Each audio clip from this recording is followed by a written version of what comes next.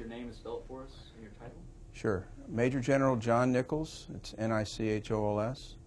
I'm the Adjutant General of Texas, which means that I'm in charge of the National Guard of Texas. And our Commander-in-Chief is Governor Perry.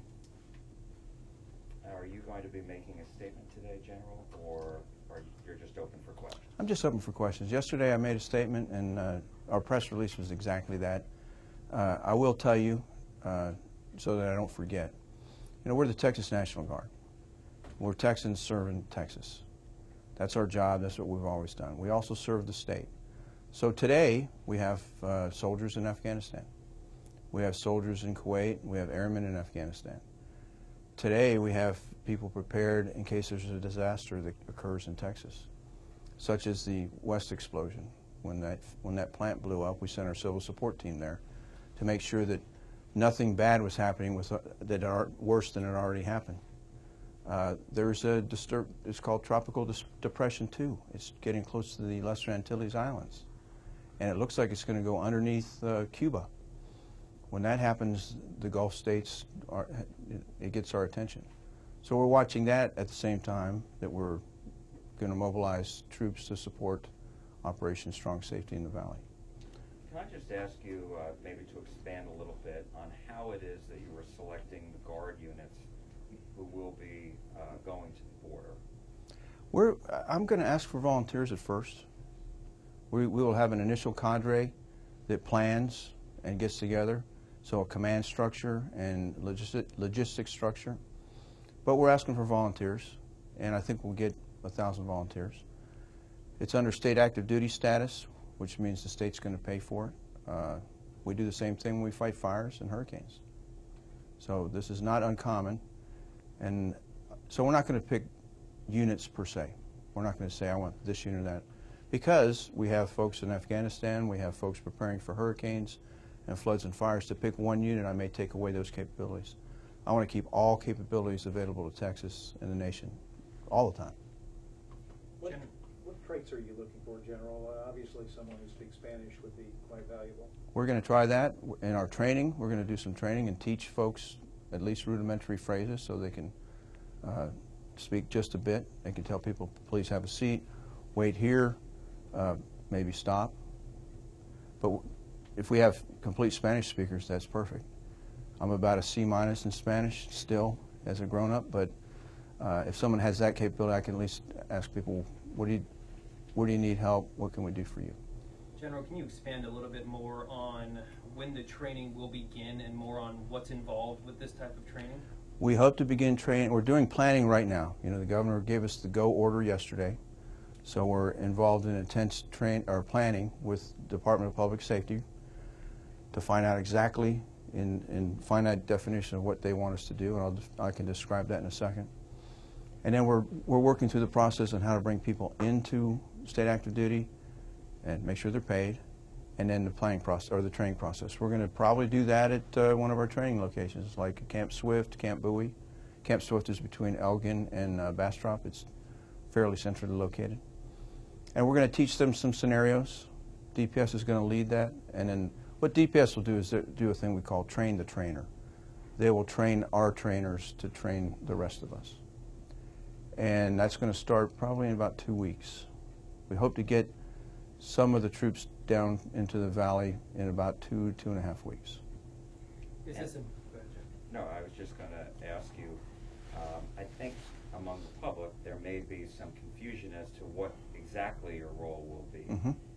So can you, I know yesterday you said you'll be working alongside DPS, state law enforcement, but there has been some concern about the fact that the Guard doesn't have any arrest powers, and we've heard that criticism from people down at the border. Can you address that, please, sir? We, under state active duty, we could detain. We'd prefer not to. We'd let law enforcement officials do that, commissioned law enforcement officers, which is DPS in this case. So we're going to deter by being present and fully visible, and then we're going to refer anybody who comes our way to law enforcement.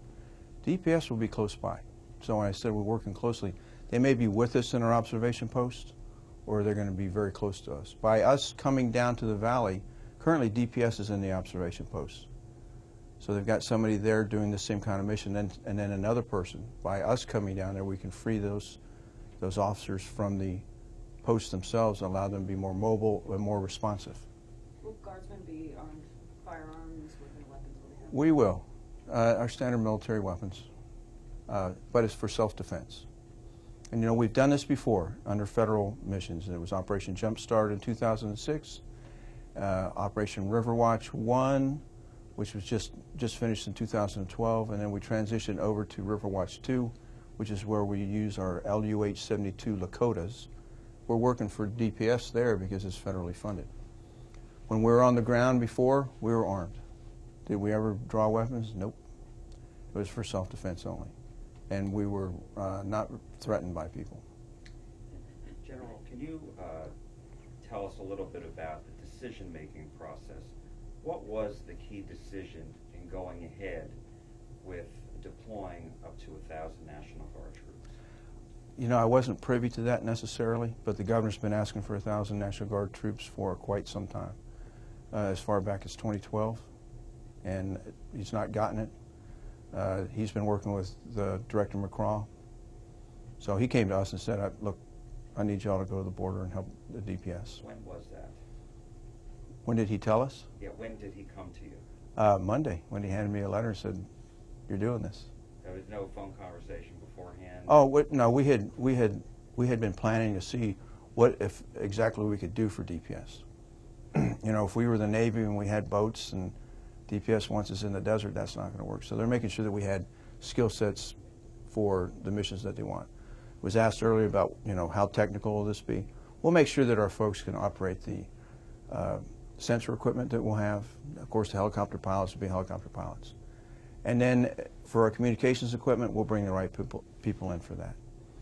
But we've been talking about it for a while, about could we send troops to the border. And the President was hoping that the federal government would send troops to the border.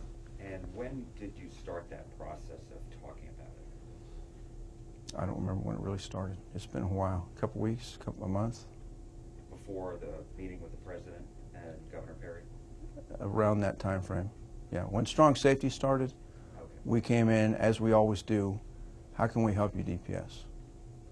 You know, the National Guard is defenders and support of civil authorities. So when we go to the Valley, we go to Hurricane Ike, wherever we go, we walk up to the local official and say, how can we help you? Are the cuts to the number of guardsmen that were made in May, is that still in effect? They haven't taken effect yet. Those are announced. The cuts could come as soon as 2017, and that would be our 72nd Infantry Brigade Combat Team. The initial cut will be about 4,600 people, but it should go down because they're going to move other forces back in. It'll effectively be 1,254 soldiers cut. The governor asked me a while back when we were talking about that, can you still respond to hurricanes? And yes, sir. But it's going to disrupt 4,600 people that are citizen airmen or citizen soldiers that want to serve their country. We still think the Guard's the cost-effective solution to the national defense of America. The 1,000 troops heading down, is that 1,000 all at the same time, or is this going to be a rotation of people heading down? And how long will they be there? Are they going to switch in and out with other members, or are they just down there until the very end? When we finally finish the mobilizations, it'll be up to 1,000 people, and that will probably take us about 45 days to effectively get everybody there. We are offering the opportunity to swap out.